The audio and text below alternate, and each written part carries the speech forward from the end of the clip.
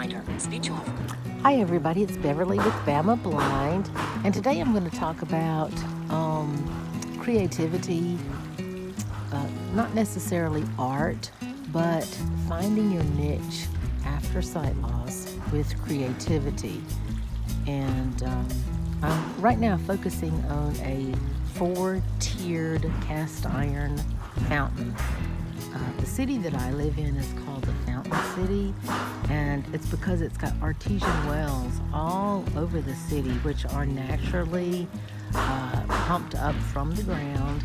And this property here actually has 2 artesian wells that I know of that are, embedded on this property.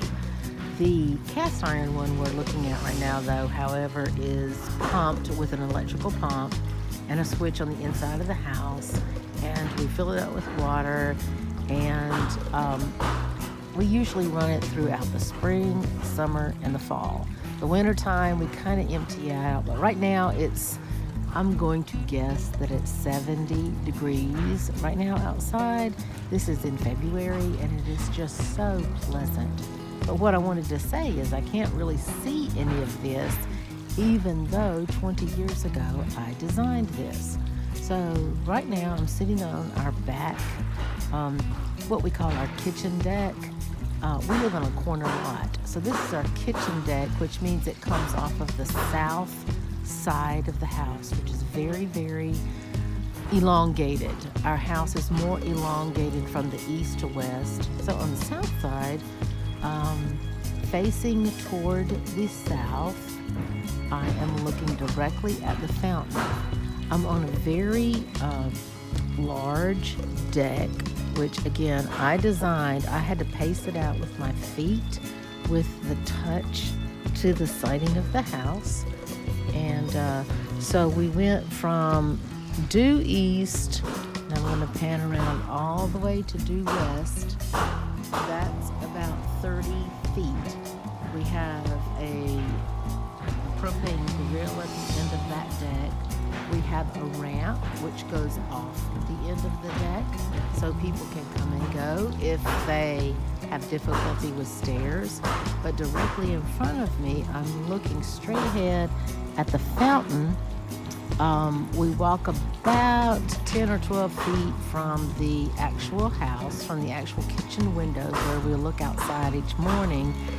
And then you start down 7 stairs.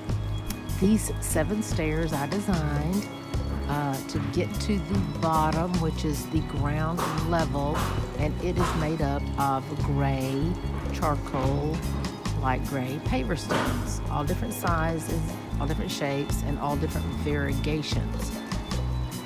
The stairs themselves span about 20 feet from banister on the right, which is your west side, to banister on the left, which is the east side.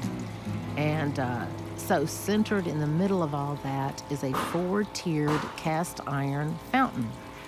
Behind the fountain is an 8-foot lattice fence, which is 8 feet tall and 32 feet long. I designed that, and my husband and I actually made it. So we went out with post hole diggers and we dug the holes for I believe they're 6x6s that are the posts that hold that. And then we sunk each one. He did a plumb bob, which went straight across the top. So, because he's got that kind of skill now, before this time, he had never worked with any power tools. But I knew we could do the lattice, and I knew that if his profession was dentistry, I explained to him, look, you're working with huge materials, not tiny little materials like teeth.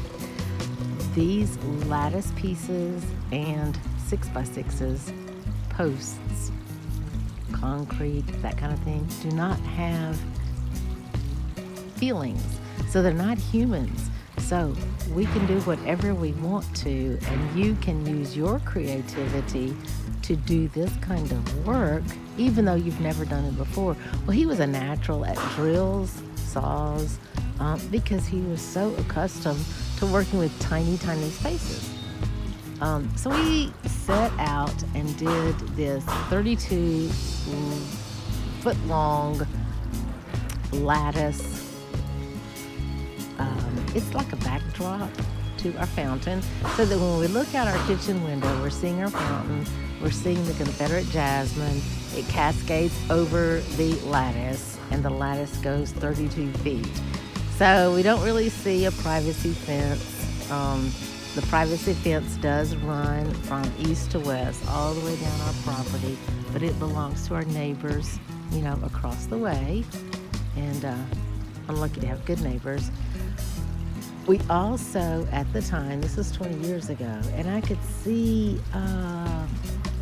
actually see more spatially than I can see now. Now I can't see 2 inches in front of my face.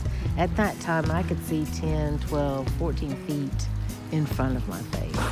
But I had this vision of a cast iron fountain. It's got some earth around it before you actually get to the paver stone. So every year we plant some annuals. We've tried to do some perennials, and they've kind of gotten overwatered with the fountain itself. We've done some English ivy. And gardening is not my forte, but design is. So when we set out to do this, what I did is I took a rope. It was a very thick white cotton rope, and it was about 500 feet long. It was really, really, really long rope that we had.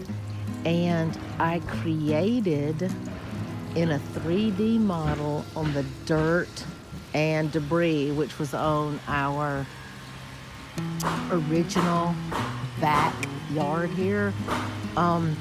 I created boundaries and lines with the white rope up against the dirt and the grass, which then allowed my husband to see, okay, this is the vision of the courtyard that we want. So directly in front of me in the center, we have the fountain. I think you can hear it. It's a big, giant oval patio, which you could put a wrought iron table on the east side of the fountain. You could put a wrought iron table on the west side of the fountain. And kind of between the fountain and the lattice work, you could probably put a couple of chairs or a glider that is wrought iron. Anyway, to get to the fountain, there are 7 steps that go off of this deck. And it goes straight down to the fountain. So from inside, when we open our windows in the spring and the fall, you can hear the fountain. I really wanted that. I really wanted some element other than sight. And then, very irregularly placed, but appropriately placed, are 12-foot, they're black, cast iron, tall lampposts. We ordered them from Europe. They were shipped via UPS. Then my husband read up on YouTube how to sink them into the ground, and we made templates and molds. And he and I together, I was like the gopher, I was the helper, and he was the brains. And so he and I placed each of the 12-foot street lamps into the ground, bolted them in, and then had an electrician actually come up and wire them. And when the electrician came to wire them, he said, "Who actually set these lamps?" And of course, he and I said, "We did." And then looking at me like saying, "And she helped." And my husband said, "Oh my gosh, yes. I needed 4 sets of hands. I needed 2 backs. And there's nothing wrong with my back. There's nothing wrong with my 2 hands." So as long as he gave me the instructions to do what I was supposed to do, and he had never done this before, we set 3 tall lampposts. So every night we turn on the lampposts, we turn on this fountain, and we have this gorgeous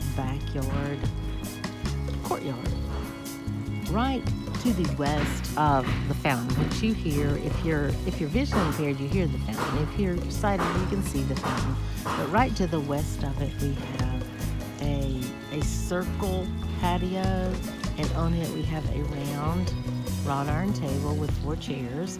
And then due west of that, we have a second circle patio with another round wrought iron table with 4 chairs. And then to the west of that, we have a very short lattice, which actually goes north to south in direction. And it kind of squares off this courtyard area. And now, if I point due west, you most likely will see our detached garage. Now, my husband designed the exterior of the detached garage. I designed the interior of the detached garage. We have recently taken down a pecan tree that was 125 years old that was exactly right where I'm pointing. So all of this kind of looks new to me, because this is the first season that I've been out here in the spring where we didn't have that large 125-year-old pecan tree. The noises that you hear that are going on inside my home, once again, is why I have Gretchen out here with me. And inside, we are redoing the floors to our addition. When we moved into the house, this house originally belonged to a family that sold it to another family that sold it to my grandparents. This house is currently on the National Registry of Historic Places because I live in a historic district of an historic town.